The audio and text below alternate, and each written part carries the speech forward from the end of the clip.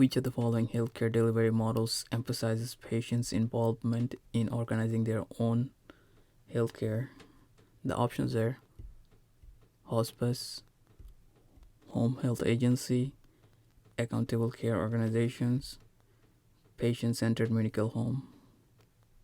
Among the choices, hospice is a medical care to help someone with a terminal illness to live as long as possible. So the patients are not directly involved in the organization process. The home health agency provides in-home service to people with disabilities or certain condition.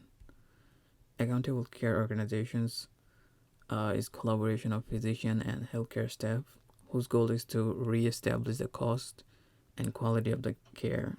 The patients are not directly involved in the organization process.